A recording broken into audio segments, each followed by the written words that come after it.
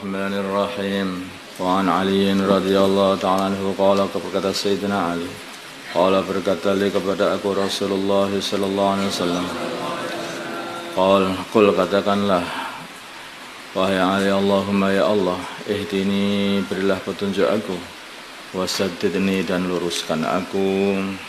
Lurus itu maksudnya adalah lurus selalu tepat pada langkah-langkah yang benar di dalam segala macam amalan. Karena orang itu kadang-kadang itu merasa benar tapi salah. Kan gitu. Makanya harus doa, ya Allah luruskanlah aku, tepatkanlah selalu langkahku ini kepada kebenaran. Tindakanku selalu tepat pada kebenaran, pada yang paling diridhai oleh Allah. Akhirnya dalam satu riwayat, Allahumma ya Allah ini sungguhnya aku as'aluka, aku minta kepadamu al-huda petunjuk was-sadada dan lurus. Rawahu Muslim.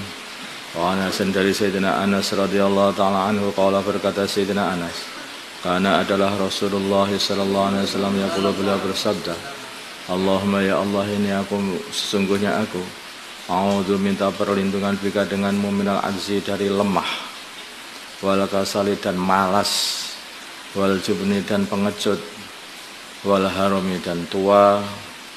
Haram ini bukan tua, renta. Yang dimaksud ini adalah yaitu satu kondisi orang tua yang sampai tidak membedakan perkara, sudah nggak bisa membedakan ini, bedakan itu, ya semacam pikun sebetulnya.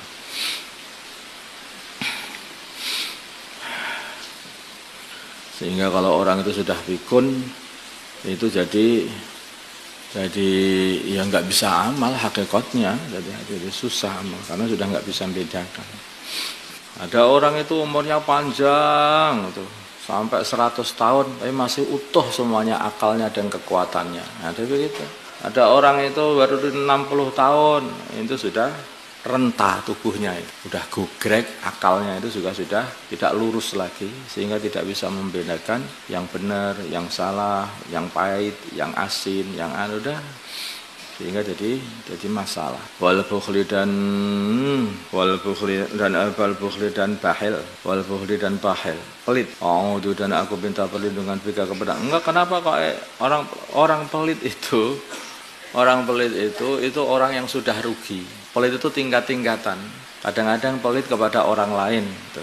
Dia hanya mengumpulkan harta, itu saja tidak diberikan kepada orang lain sama sekali.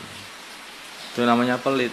Sehingga kumpulnya harta itu pada dia itu hanya akan menjadi beban nanti di akhirat. Karena tidak dikeluarkan apapun. Bahkan nanti pada tingkatan berikutnya pelit pada keluarganya. Pada istrinya, pada anak-anaknya, pada semua jadi pelit semuanya. Pada tingkatan berikutnya dia akan pelit pada dirinya sendiri. Sehingga dia mujahadah habis-habisan, hidupnya seperti hidupnya orang yang paling melarat. Ya kan? Betul duitnya banyak pun tetap dia pelit. Saya ini belum kaya, saya ini belum kaya. Itu sudah edan namanya. Pelit. Jadi untuk diri sendiri pun juga jadi pelit sampai. Nah, ini sebetulnya bukhal ini pelit. Pelit ini bukan berarti setiap orang yang menahan hartanya pasti pelit, belum tentu. Karena kadang-kadang orang menahan harta itu karena dia itu dalam kondisi membuat satu keseimbangan. Ini bagian yang dikeluarkan, ini bagian yang untuk modal, ini bagian yang untuk makan. Nah ini yang untuk makan ditahan untuk dikeluarkan, yang untuk modal ditahan untuk dikeluarkan, yang untuk keluarkan mesti dikeluarkan. Ini malah orang yang kita lam yusrifu walam yakturu, tidak berlebihan dan tidak kurang. Ini yang baik. Tidak angpaku lam yusrifu walam yakturu. A'udzu dan aku minta perlindungan bika kepada engkau, bika dengan engkau, min adzabil qabri dari adab kubur. Wa'udzu dan aku minta perlindungan bika dengan engkau, min fitnatil mahya dari musibah hidup, wal mamati dan musibah ketika mati. Fitnah ujian hidup, ujian mati. Fitnah ini ujian.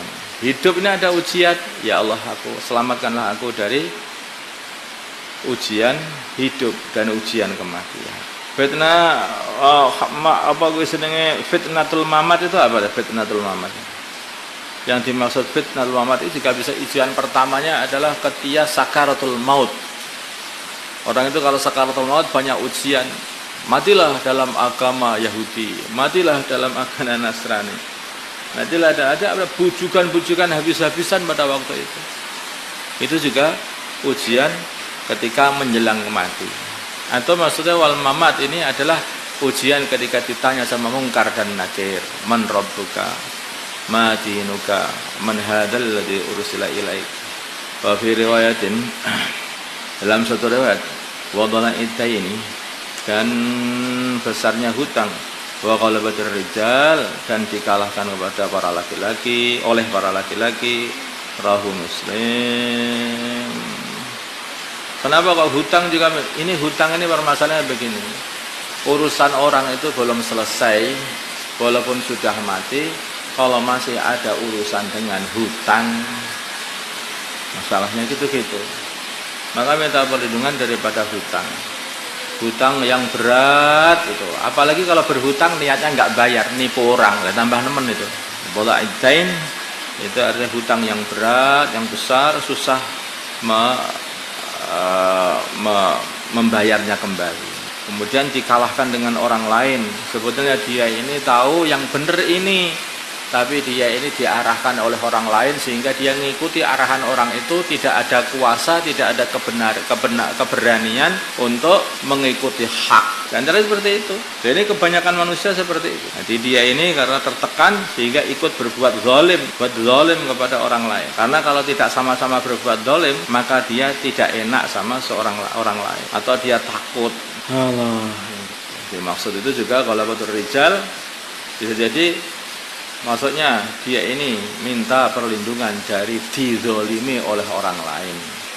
Atau kalau betul rijal bermakna minta perlindungan dari tidak bisa mengamalkan hak karena dia ini ditekan, diintimidasi oleh orang lain sehingga dia harus mengamalkan suatu perkara yang buruk karena tertekan sama orang lain. Ini semua terjadi dalam kehidupan. Nabi Bakar Siddiq, makanya orang itu kalau nggak pemberani itu begitu nggak bisa amal agama. Amal agama itu mengurus berani. Walaupun seluruh dunia itu berbeda dengan dia, maka dia tetap amal agama. Seperti Sayyidina Ibrahim alaihissalam. Seluruh dunia semuanya kafir, tidak mau iman kepada Allah. Nabi Ibrahim berkata kepada istrinya, wahai Sarah, sungguhnya di dunia ini tidak ada orang yang beriman kecuali kita berdua pada waktu itu. Nggak ada teman. Lah kenapa orang kok semuanya kok jadi ikut tidak beriman kepada itu? Satu sama lain orang itu mana yang besar itu yang menekan. Kalau orang tidak kuat maka tertekan, tidak bisa mengamalkan hak walaupun tahu itu hak. Ya itu sebetulnya benar, tapi sedikit sih orang. Nah, akhirnya nggak bisa ngamalkan hak. Itu kalau nggak orang pemberani nggak bisa ngamal. Dan ini terjadi pula kepada sebagian sahabat. Bahkan ketika mereka ini sudah pengen sekali masuk Islam, ada yang sebagian sudah masuk Islam di Mekah, gitu. Begitu bagian Nabi sudah hijrah ke Madinah, maka orang-orang Mekah pengen mengadakan perang Badar, gitu. Dari Mekah menuju ke Badar.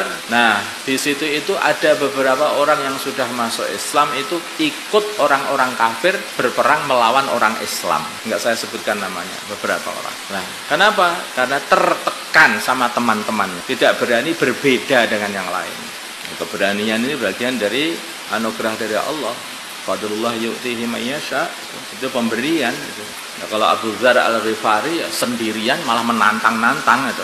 Aku masuk Islam mau apa? Nah, kalau Sayyidina Umar ya begitu. Ya begitu kalau ayo aku masuk Islam. Siapa yang pengen istrinya jadi janda, anaknya jadi yatim, sini berantem. Itu Sayyidina Umar. Walaupun masih sedikit orang Islam ya, kalau ini memang beda. Wa Nabi Bakar Siddiq radhiyallahu taala anhu anna sungguhnya Abu Bakar qala beliau berkata dari Rasulullah kepada Rasulullah sallallahu alaihi wasallam, Alimni, ajarilah aku doaan doa. A'udzu, yang aku minta perlindungan bihi dengan doa ini, fi sholati, di dalam sholatku. Qala, bersabda baginda Nabi Muhammad SAW, qul, katakanlah, qala berkata Abu Bakar, qala berkata baginda Nabi ini, qala berkata baginda Nabi Muhammad SAW, qul, katakanlah wahai Abu Bakar, Allahumma, ya Allah, ini sungguhnya aku dalam tuh, aku telah menganiaya nafsi diriku, zulman katsira, dengan aniaya yang banyak, kasiron atau kabiro boleh saja, dengan penganiayaan yang besar. Wala yaghfiru, dan tidak bisa mengampuni al-dzunuba, dosa-dosa, illa anta, kecuali engkau. Faghfir, maka ampunilah li untukku, maka ampunilah li untukku dosa-dosaku, maghfiratan, dengan pengampunan, min indika, dari sisimu. Kayaknya maghfiratan min indika, kayaknya minta kewelasan dari Allah Subhanahu wa taala, kata-kata ini. Ampunilah aku ya Allah karena welasanmu padaku ya Allah. Kayak begitu. Wallahu a'lam. Warhamni. Nah, ini ditunjuk, dikuatkan dengan ini. Warhamni, dan sayangilah diriku, welasilah diriku. Innaka, sesungguhnya engkau, anta, yang engkau, Al-Ghafur, Al-Zat, yang maha pengampun, Ar-Rahim, lagi maha mengasihani. Muttafaqun alaih. Wa fi riwayatin, dalam satu riwayat, wa fi baiti, dan di dalam rumahku. Maksudnya yang aku baca di dalam sholatku, dan aku baca di dalam rumahku. Jadi maksudnya kalau di rumah juga baca ini, Allahumma inni zalamtu nafsi zulman katsira wa la yaghfiru dzunuba illa ant faghfir li maghfiratan min 'indik warhamni innaka antal ghafurur rahim. Dibaca itu ketika sholat, jadi baca ketika tasyahud akhir, itu ketika doa kan bisa. Wa fi riwayatin, dalam satu riwayat, wa fi baiti, dan di dalam rumahku juga. Di rumah ketika bersama keluarganya baca ini juga. Wa riwayatkan zulman katsira waruya kabiro, diriwayatkan dengan zulman katsira waruya, dan diriwayatkan juga kabiro, zulman katsira dan juga zulman kabiro, atau dua-duanya dibaca. Bayam bisa al musalahati wa bil ya, dan dengan ya al muwahhadi yang dititik, yang al muwahhadi yang di titik satu, katsira atau kabiro. Bayam bagi maka bil ba'ilan al muwahhadi titik satu. Bayam bagi maka sepantasnya ayusma, untuk dikumpulkan bainahuma, di antara katsira dan kabira. Zulman katsiron kabira, atau kabiron katsira, tulisannya katsiron kabira. Fayuqalu, maka dikatakan zulman katsiron kabira. Boleh dikasih itu suka. Allahumma shalli ala sayyidina Muhammad wa ala sayyidina Muhammad. Allahumma salli wa sallim wa barik wa tarham ala sayyidina Muhammad wa ala ali sayyidina Muhammad, ma sallaita wa sallamta wa barakta wa tarham ala sayyidina Ibrahim wa ala alamin innaka Hamidum Majid. Allahumma lakal hamdu kulluhu wa lakal mulku kulluhu wa biyadikal khairu kulluhu wa ilayka yarji'u al-amru kulluhu sirruhu wa alaniyatuhu. اغفر لنا ما مضى من ذنوبنا، عاصمنا فيما بقي من عمرنا، وارزقنا أعمالا طاهرة زاكية ترضى بها عنا، وتب علينا إنك أنت التواب الرحيم، وتب علينا إنك أنت التواب الرحيم. اللهم اغفر لهذه الأمة ما تقدمت من ذنبها وما تأخرت وما أسرت وما أعلنت. اللهم أقبل بقلوبهم على طاعتك وخذ ورائهم برحمتك. اللهم أعز الإسلام والمسلمين وأذل الشرك والمشركين ودمر أعداء الدين. اللهم انصر المجاهدين في سبيلك في كل مكان. اللهم انصر الداعين إليك في كل مكان. اللهم انصر الآمرين بالمعروف والناهين عن المنكر في كل مكان.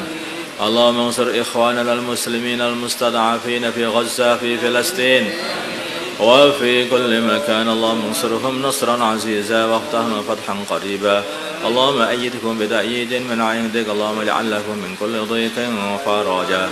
اللهم احفظهم من بين أيديهم ومن خلفهم وعن أيمانهم وعن شمائلهم ومن فوقهم ومن تحت أرجلهم ونعيذهم بك من أن يغتالوا من تحتهم. اللهم عليك بأعدائهم. ربنا آتنا في الدنيا حسنة وفي الآخرة حسنة وقنا عذاب النار. صلى الله على سيدنا محمد النبي الأمي وعلى آله وصحبه وسلم. الحمد لله رب العالمين.